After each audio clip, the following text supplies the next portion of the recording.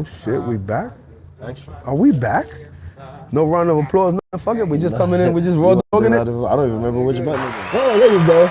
There you go. I don't even hear myself, but yo, we back, man. It's your boy Jay all day, no days off. Yeah, man, it's your boy Dallas4President, man. Man, this is Beyond the Mic Live.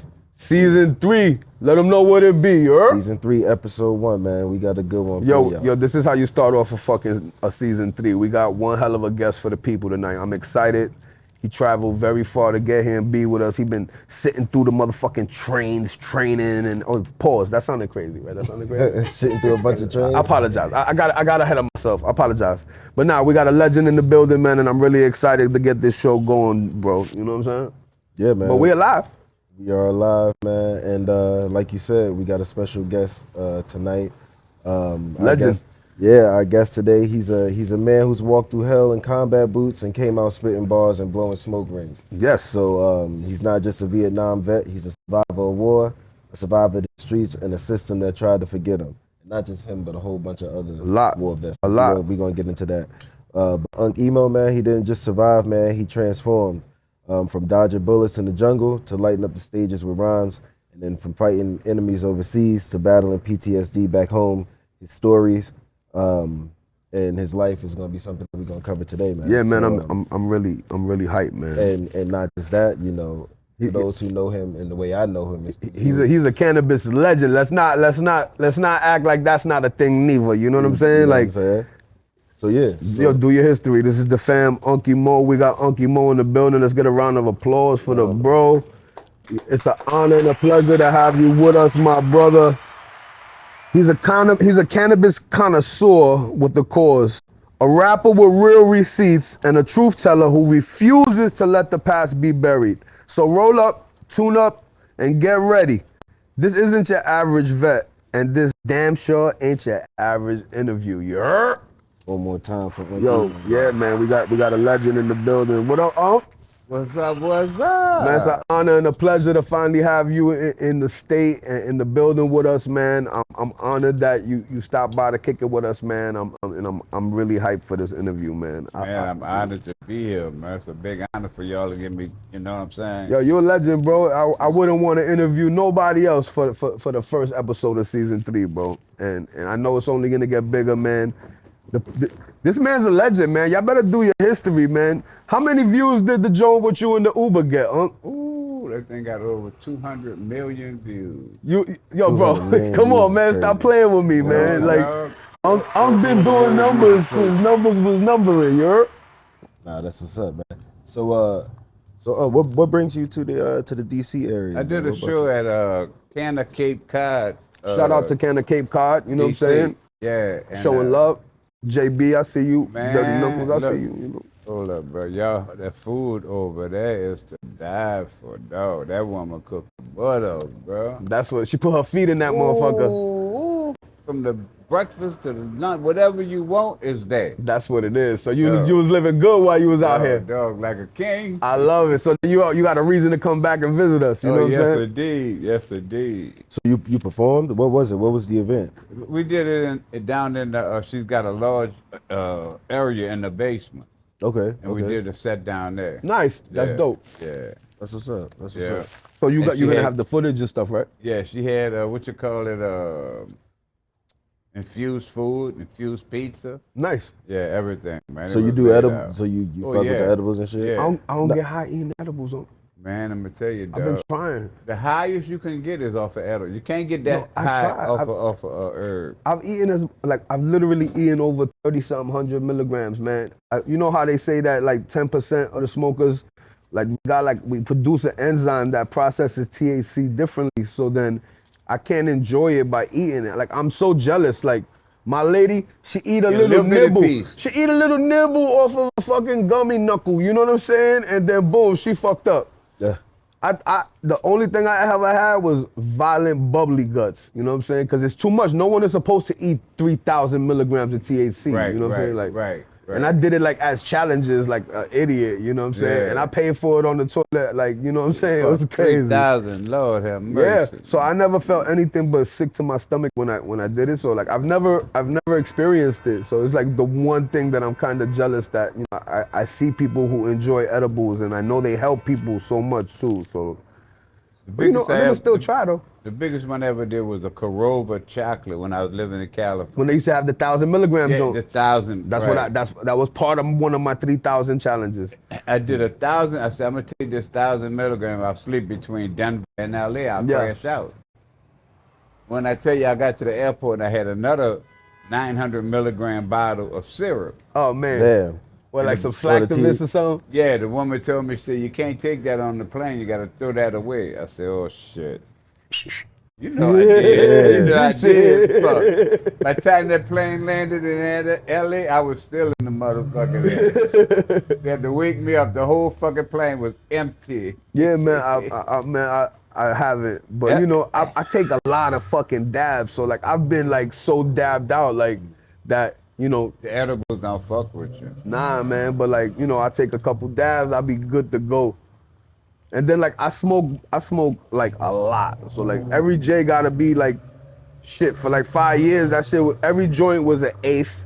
It was just too much. And then, but I fuck with everything you be talking about with the, I don't like no blunts. I don't like no backwood. I don't like no, I want my shit in a paper, a rice paper, something natural, you know what I'm saying? Something With a real filter. light. You said you referred to something just now. What was that?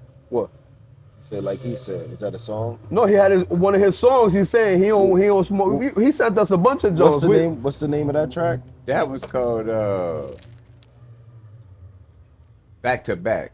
I didn't send you that one. Oh, you didn't send me. He that was one. playing Okay, it for okay. you. I could send it to you. Right quick, I heard the joint and I'm like, yeah, I feel the same exact Yeah, way. back to I don't back. like none of that motherfucking grabber Let and me the tell you weed. about None of that that song shit. right quick.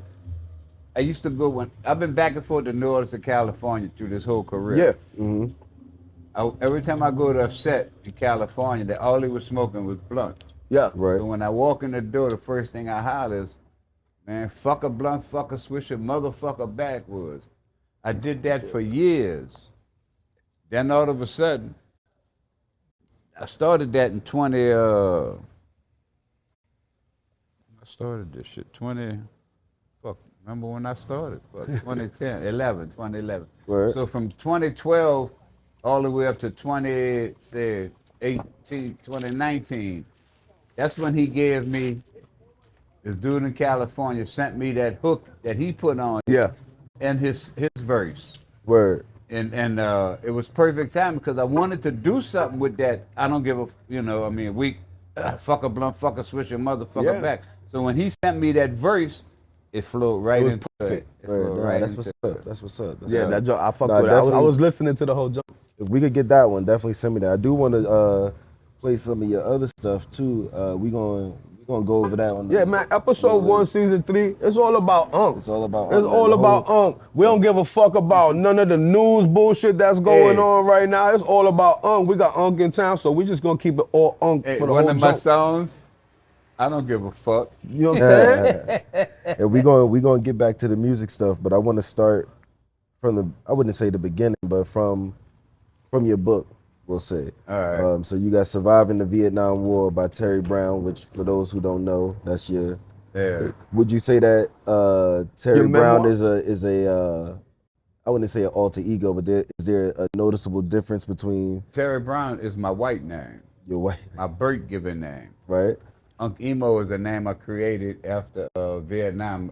After the war, we were militants. I picked up the name Imo. It's Swahili. Okay, That's why the I sound like a E. got you. Yeah, and so it means a wanderer, a person that loves freedom. Okay. So Emo was the name I had picked up. And then when I got into the music, all the kids was calling the old dudes Unc. Right. So I just put Unc on the front of Emo, and it was Unc Make it Emo more was relatable created. to the generation. Right. Nah, Yeah, that's it what's goes up. Unc, then OG. That's it. Yeah, what is it? Is little. No, it's YN. Nah, it's something before Y. It's like little dude, little niggas. It's before Y. So it's LN, then YN, then it's then Unc, then OG. and then it's something after that. That's the I'm eldest. tired. You know, I'm tired, young man. I'm tired of you and all your disrespect. All right, listen. All right. Nah, hey, look, I done hit the Unc. I the told Unc you, level. nigga. I told you, you built like Luther, nigga. I done Your reached knees and your hips about to give out. Pause. Hey, look, man, I'm at the you at OG level for sure though. No, nigga. Every time I wake up, something new hurts. So that's how I know. They say as soon as you hit the 40, it's all downhill after that. Yeah, So, wait till you get to 74. God willing, through 74. God's graces. Yo, Unc That- been through shit that we could never imagine, bro. So yeah, so tell us. So let's get into the book, Surviving the Vietnam War. What was it? I guess. What was it like? What was it like stepping on? Like, well, first of all, what branch of the military were you in, and then how did you decide to join the war? That's what the first part of the book. It was 1968. We were graduating out of high school. Okay. My brother graduated, and I was supposed to go to summer school, but we had a neighborhood fight. After the fight, my mama got nervous and sent us to go live with our real dad in California. Okay. We was in New Orleans, lived with my mother and my stepdad. So she sent me and my older brother to California. I was 17, and he was 19. He was like a year and a half older than me. Okay. So he was 19, I was 17. Mama Love was a G. She got you up out of there. Look, dog, but wait, I'm 17 years old in California, Don't in know Los nobody. Angeles, Don't know nigga. nobody. In LA, all these different fucking beautiful, different kind of races.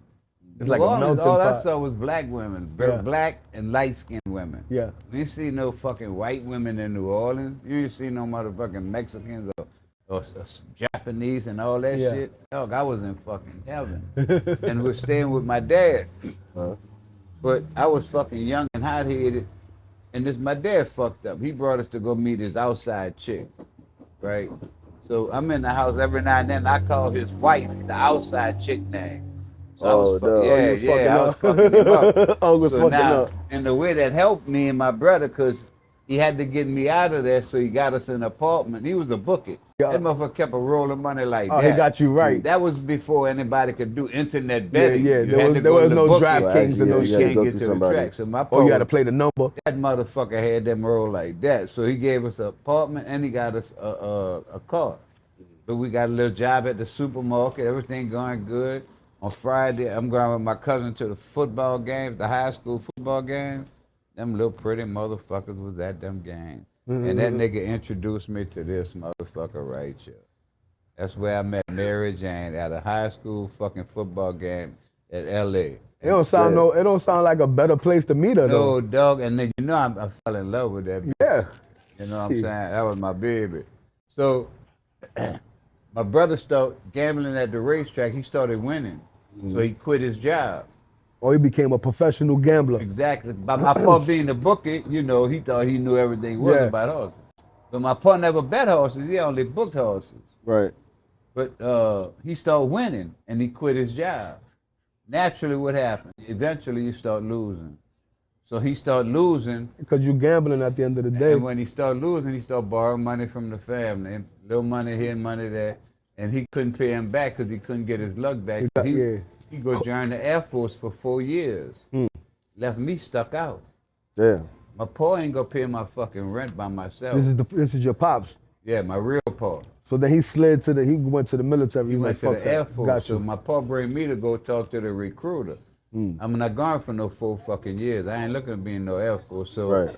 we talked to the Army recruiter. He said, if you go for 3 years, I promise you won't see no parts of Vietnam. So my stupid ass said, yeah, okay, that sounds good. He said, just take up stock control and accounting where you send supplies to the field. So I said, yeah, okay, I took it. I'll show you how shit happened. My first thing from basic training, I got a promotion. I was an E2 now.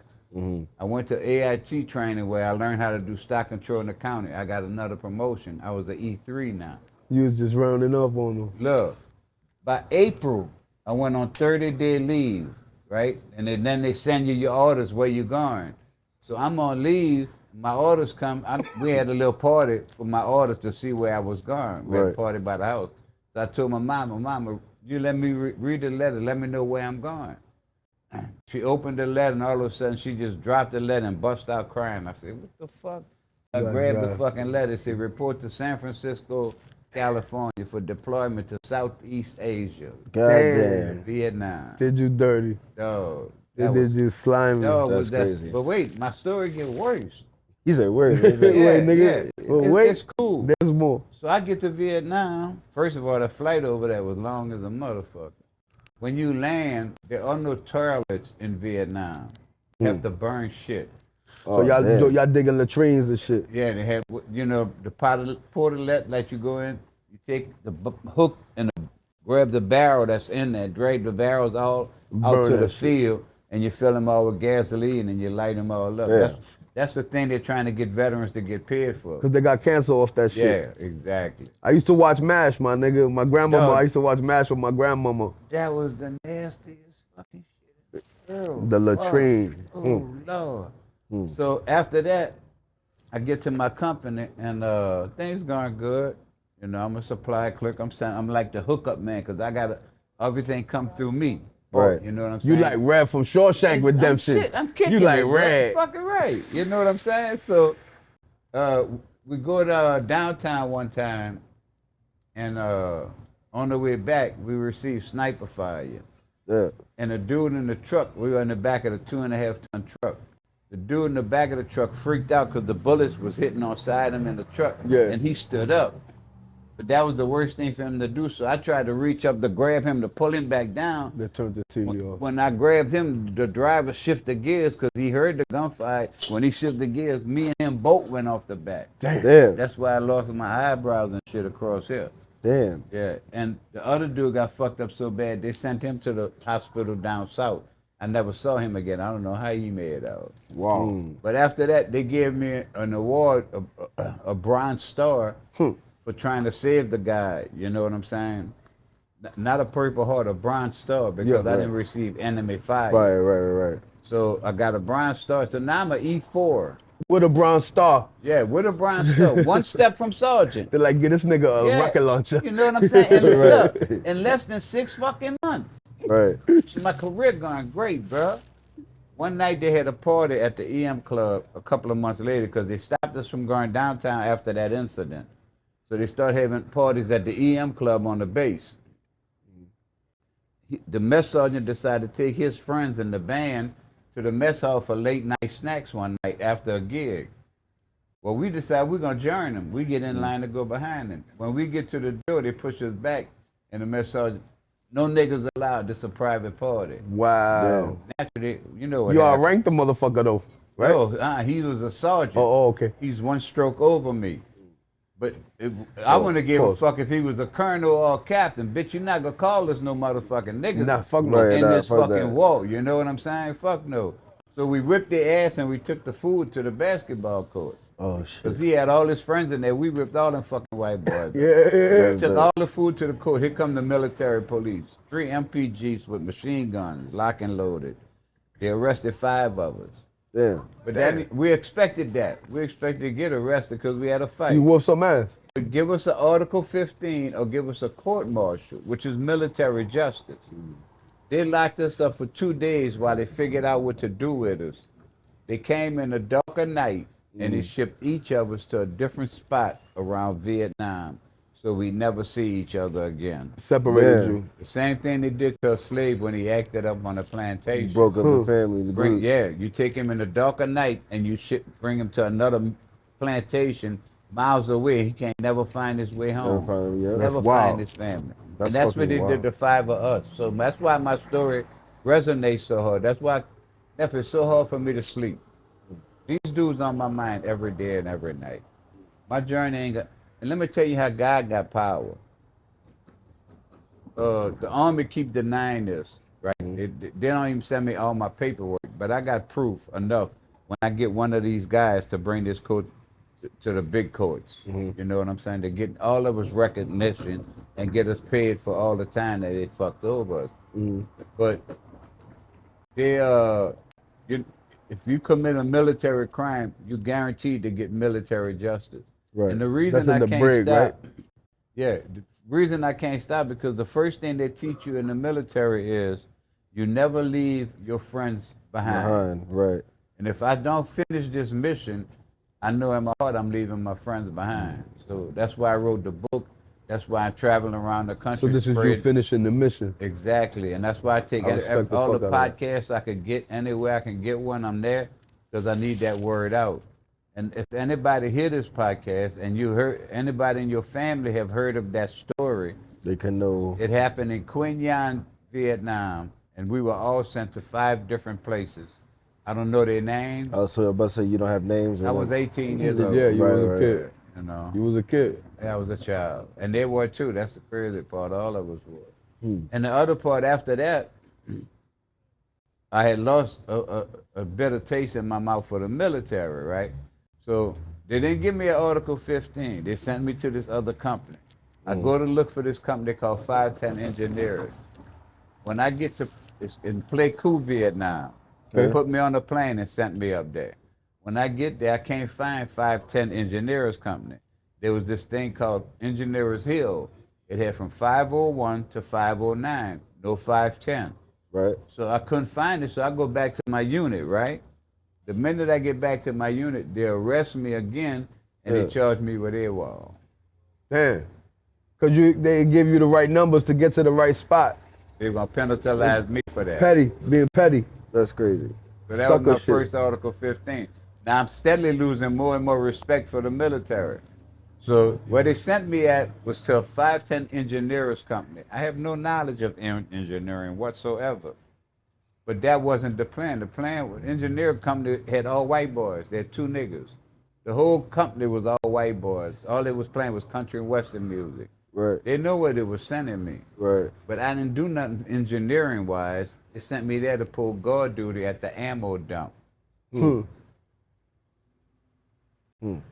the worst part of all, across the field from where they sent me was a transportation company loaded with black drivers that was and black shotgun riders. 90% black. Motherfucker, why you couldn't send me over there? How you sent me to this? Because they fucking with my mind. Yeah. Right. You know what I'm saying? All I'm hearing is country western music. So see, soon as I got off of guard duty, I'm going straight across that field. To be with the other dudes. The crazy part, going across that field and coming back, a lot of times incoming rounds would be, they'd be shooting, Charlie be shooting rounds, but I'd rather go run across that Charlie's field the enemy, right? with Charlie shooting shit at us than to stay over here with these country motherfuckers all night. Treating you crazy. I'm running across that motherfucker, dog. And how long did that last before? I went there in August. The fight was in August. So when I was at the ammo dump, I saw a guy who got shot on the forklift, and we had to climb down the tower to get him down, and he was fucked up. You know what I'm saying? Yeah. So after that incident, and we got the medic to hand him, we went back in the tower. Well, we would shoot M79 grenade launchers, little guns like this, but it would go doop, but it would boom when they land. Yeah, and we love shooting them. So we would, after he got shot, we was just shooting like crazy, you know, getting it off our chest. Trying to just find foxholes and Yeah, everywhere, just shooting them. So after that, I told the captain I wasn't going back there no more because I couldn't sleep. I said, if I go back there and fall asleep on guard duty, y'all gonna You'll be mad at me, right? Exactly, I get court-martialed. So I'm not going back there. He said, what you want to do? I said, I don't know, I need another job. I didn't ask to be no motherfucking guard at the ammo dump. I didn't sign up for that shit. And they sent you there just being dicks anyway. Cause you be doing like accounting and stock and shit like that. Yeah, right, exactly. So he got mad and sent me out the office, so I went AWOL. So now you actually were AWOL. Yeah, but I went over across the field by my brothers for 3 days. Oh, so that's AWOL. Yeah, because just abandon your post. Yeah, and then come back to report to go to guard duty. Got you. Right. So the morning roll call, when they call everybody at roll call, I never showed up right there. That's AWOL. AWOL, yeah. Now it's a matter of how long, you know, how many days. So I left for like 3 days and went over there by the brothers. So when I came back, it kind of worked. They gave me Article 15, but they let me go transfer and work over there. On the other side. Yeah, I rode convoy. I was riding convoy with them. And that lasted from till what? Maybe January, and that's when I went to Saigon, the capital of Vietnam.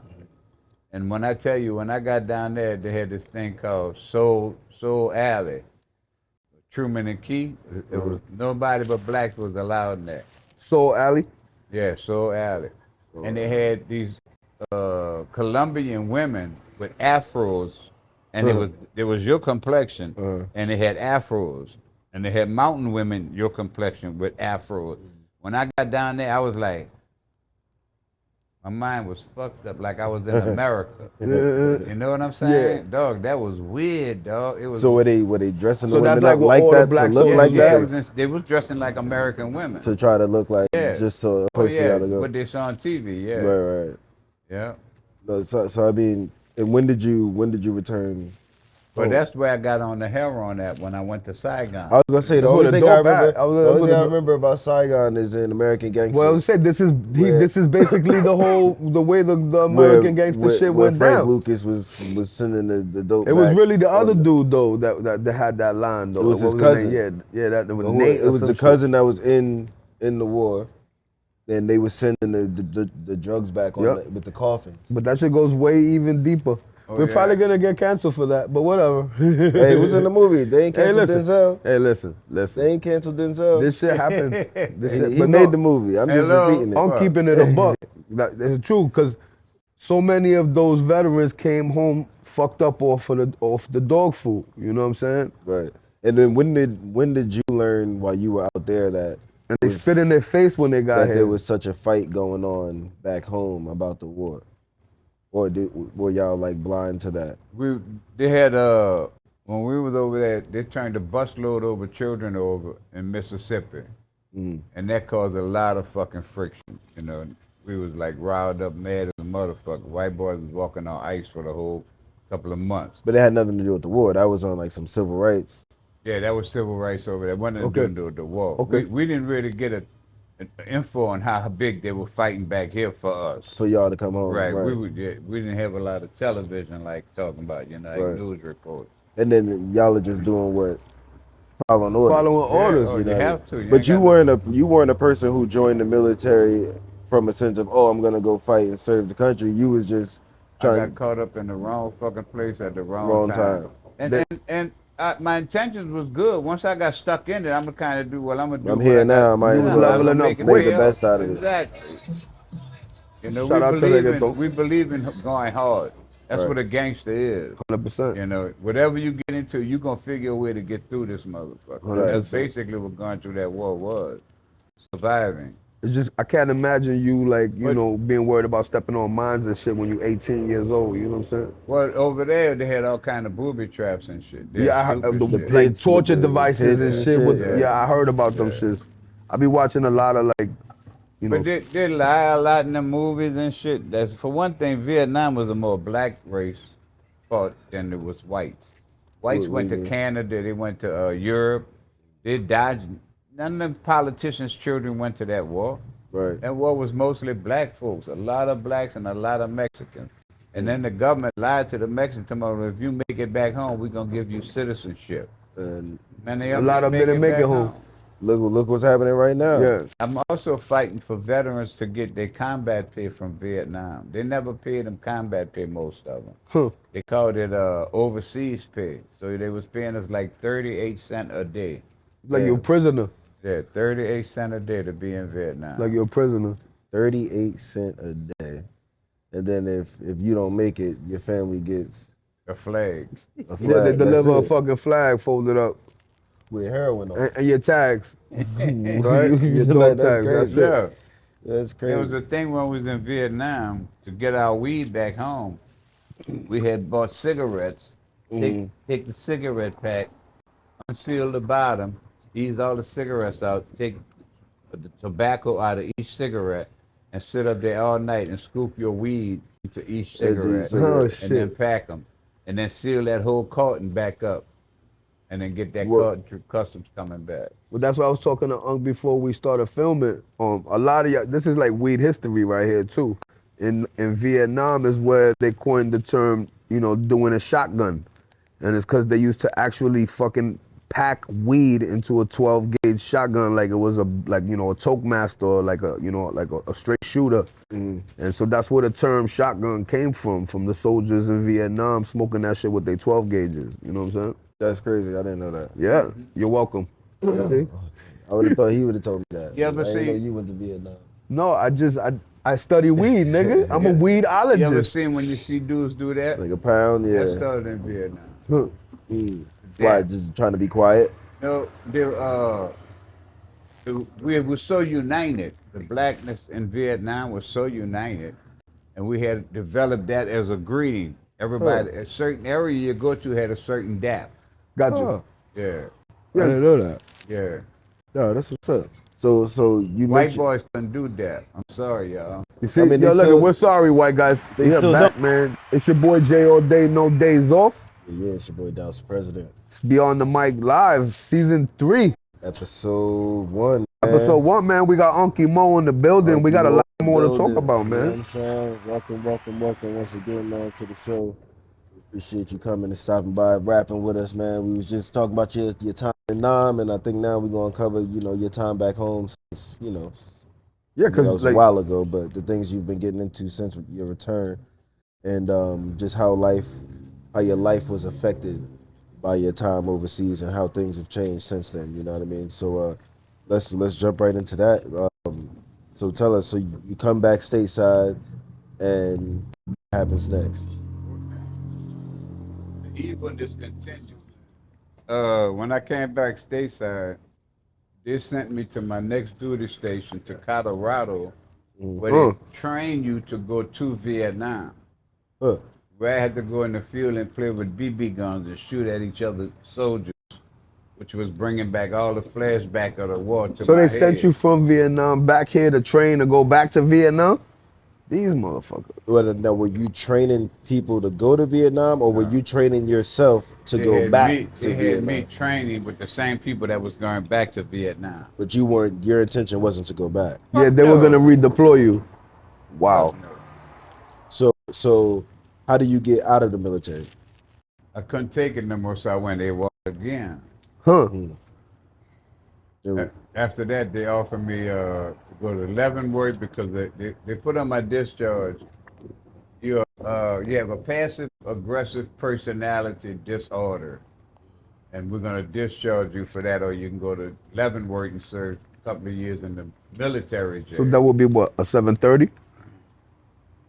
With the disorder, John? Would it make it like you were like a psychological No, discharge? there was no medical condition warranted at that time. Okay. They had no medical, but they're kicking me out Yeah. because I'm medically fucked. Yeah, because you fucked up. Yeah, like, mentally. because they fucked you up. Right, and you're gonna kick me out, but it can't give me the medical. Yeah. So that you get no benefits. No, so Crazy. I ended up fighting 40 years. I got my benefits in 2004. Damn. Shout out to Unc. Did you? So it was back benefits, and then they continued from then on. Right, I got I'm caked up. I got a check. I got a check. nigga. When I got out, I got a check because it starts from the time when you first got to file, and I got a back check for $80-something thousand. Well, they had to Damn. get right. They had to get right. In 2004. Yeah. Yep, I don't know if you ever heard of the Tom Joyner cruise. Tom Joyner. Yeah, I know the Yeah, name Tom I know Joyner. Tom Joyner. He has a cruise every year with all the celebrities be on the cruise. In 2004, I got pimped out. I bought me like about 5, 6 good nice bad gangster outfits.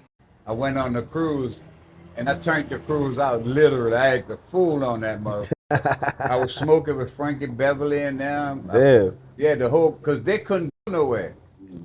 And when I get off the boat, I'm going to get more weed.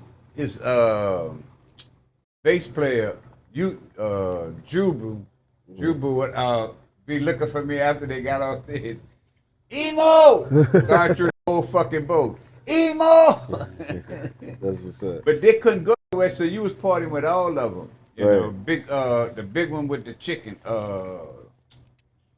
With the chicken. Yeah, the brother always come on there with chicken. Big famous, man, one of the big famous to me, old timer. Oh, he's a Big comedian. Bruce. Bruce. Oh, okay, Yeah, okay. Yeah, him.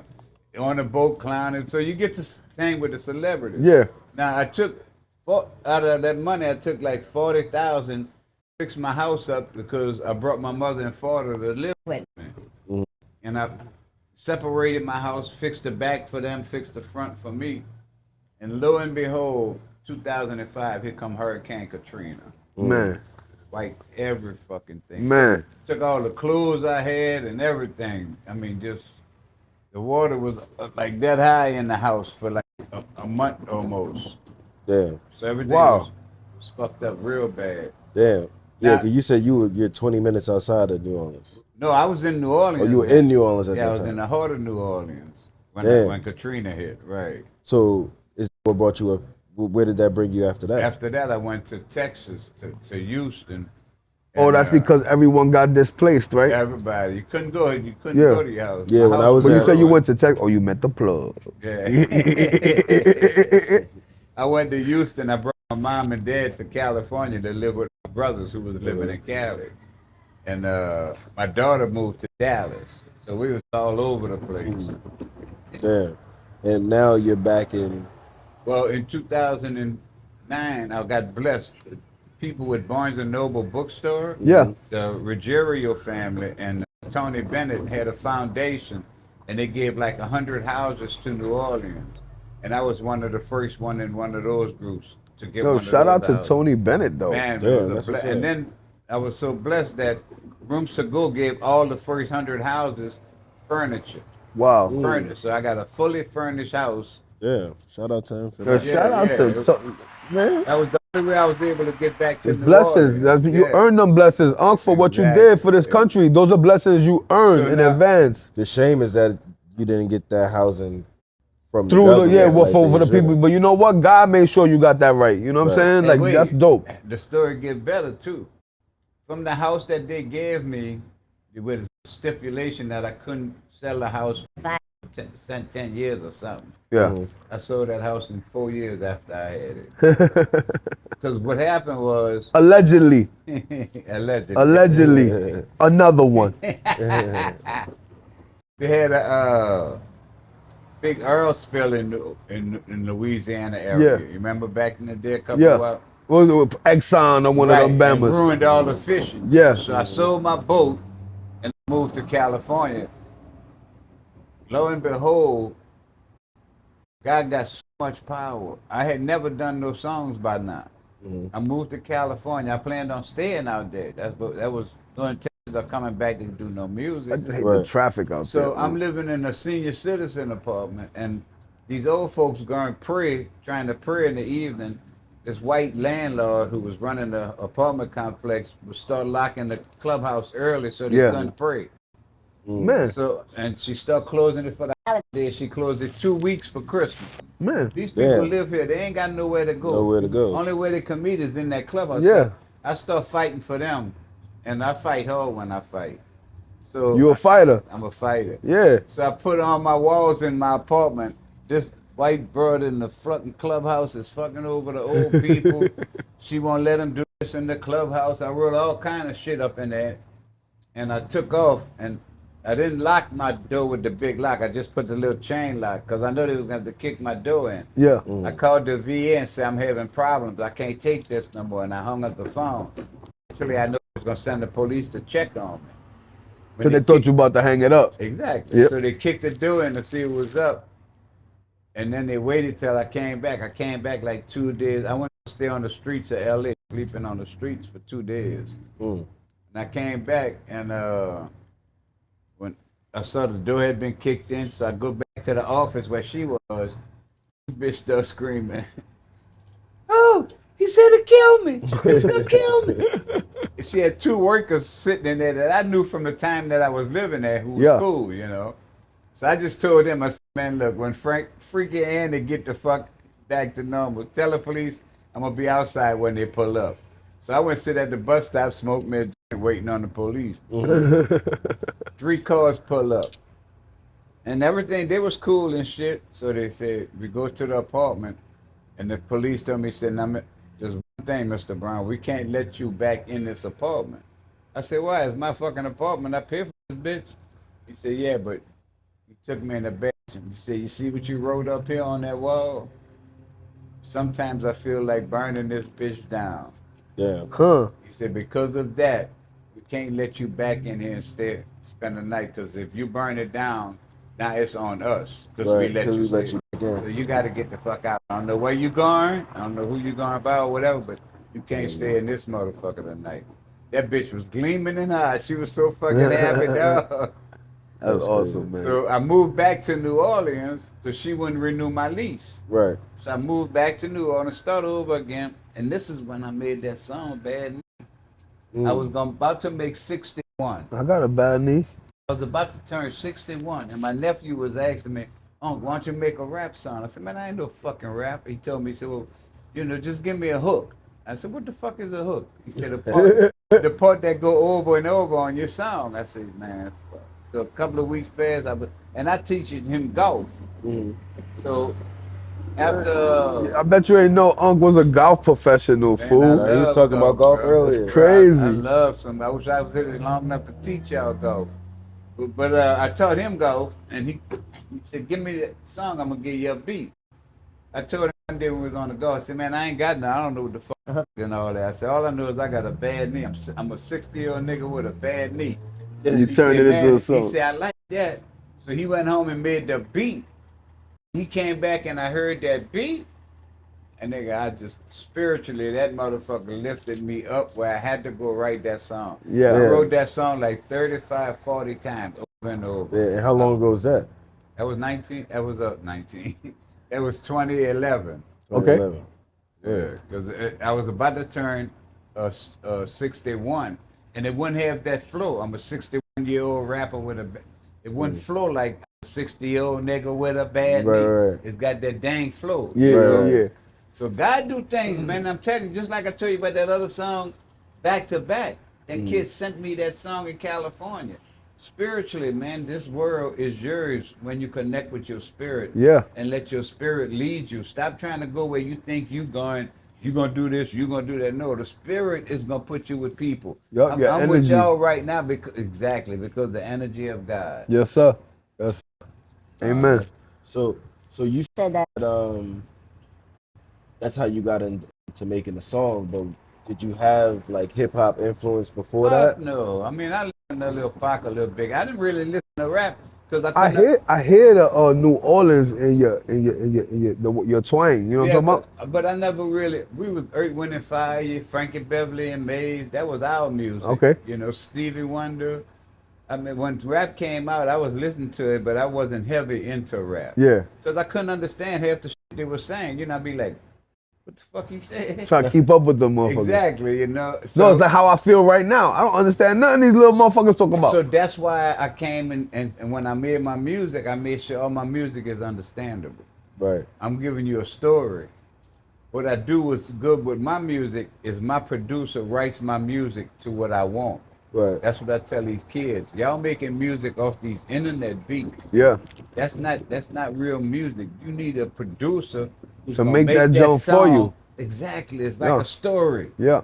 And that makes that book. So do you consider, I mean, you're a musician by just definition, but do you consider yourself a musician now? Or do you look at the music as just, something you like to do, or like, is that something you're trying to do? Well, I'm using that to get famous enough to where these cats who I was in Vietnam, hopefully could see me on a talk show, could see me on the news, on a podcast, and get in touch with me, so I can get them the story told. You know what I'm saying?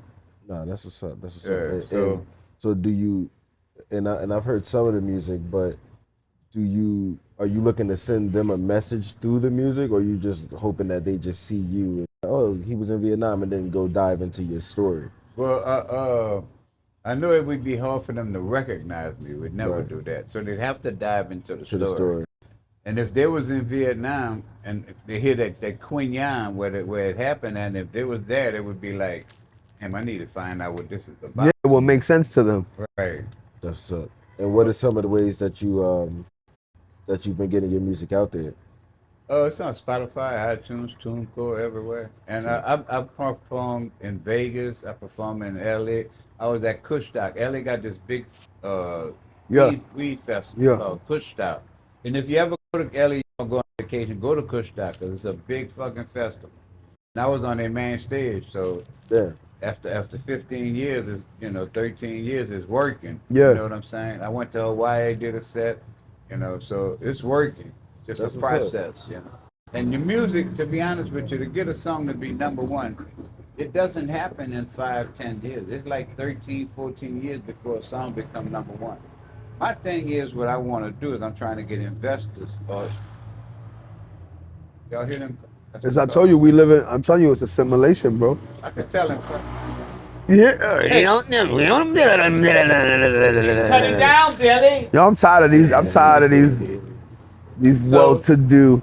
Well, before you even go on, shout out to our partners here. Yo, yeah, shout out to the fam for letting us use at the spot. Sinistral Brewing Co Yeah, here in for sure. Manassas, man. They let us use their patio. Yeah, come pull up and show love, man. It's a dope spot. But yeah, shout out to them. They let us use their patio, man. We are outdoors, so bear with us as we have the sounds of Manassas in the background. Nah, this is gonna become a thing. Nah, Dallas, this is gonna be a thing, this bro. This can be a thing out here. Whole Yeah, live it's gonna be a audience thing. right here. We have some speakers set up. You know what I mean? Have a true studio audience like we playing. Yeah, bro. There you Look, go. Make it happen. Performances. Live performances, all they got. The whole Might gotta go to stage one and day a week like I want. Yeah, bro, I like all of that. But nah, man, seriously though, shout out to Sinistral Brewing Company. Yeah, man, shout out to the fam. You know what I'm saying? Shout out to them. But yeah, so what can people expect as far as your music is like? Did you do a tour with the book? No, that's what I'm working on now. This is the tour. Yeah, We on the tour. It's part of the tour. In the book, like we mentioned earlier, Surviving the Vietnam War, man. You could get it on Amazon, right? Right. Amazon. In 2 days, it'll be at your house.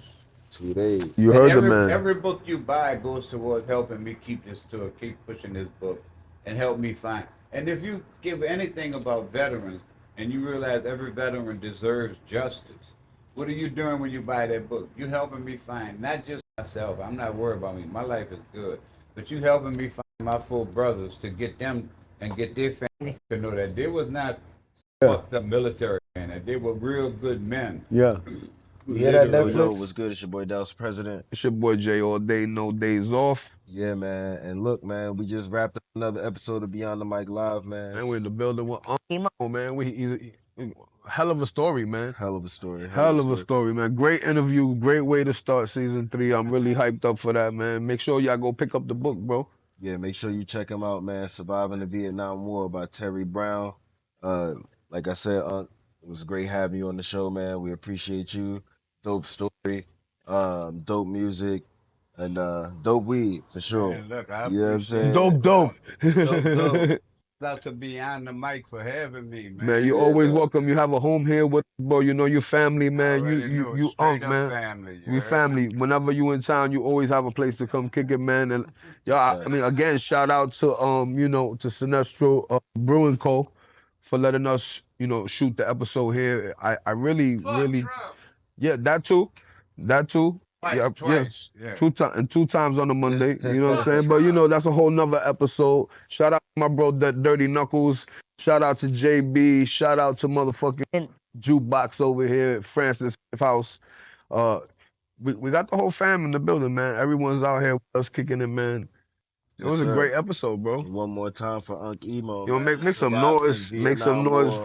He got a hell of a fucking story, man. Available right now on Amazon. You can also find his music on Spotify, all streaming platforms. Yeah, and man. You know where you can find Tune us, call. man. It's Beyond the Mic Live. You know where we at. We Instagram, outside. Like, we Facebook. outside, fam. We literally outside today. We outside, you heard? Next episode, we will be back in the studio, you know what I'm saying? We might. And then you can also expect a bunch of dope artists. And, We might be recording guest from a roof interviews. somewhere. A bunch of dope guest interviews this season, man. We mixing it up a little bit. Yeah, we man. Giving y'all more than the normal politics and entertainment. We'll be back with the Diddler Report because The Diddler Report's gonna be like a 3 episode. That shit is crazy. There's so much diddler to report. There's a lot of diddle to report. There's a lot of diddling. There's a lot of diddling to report on. Yo, there's a lot of Elon talking spicy about your boy Cheeto Face and the Epstein and whatever. There's a lot. planes. There's a lot, but we're outside. We're outside for them, and I'm worried we might get sniped from the parking garage or some shit, JFK style. Like, Look, you bullshit. I'm up here looking at that fucking light. Is that a no, up there too. I'm like, yo, what the fuck is that? Is that a drone? Yeah. Yo, I thought I was high.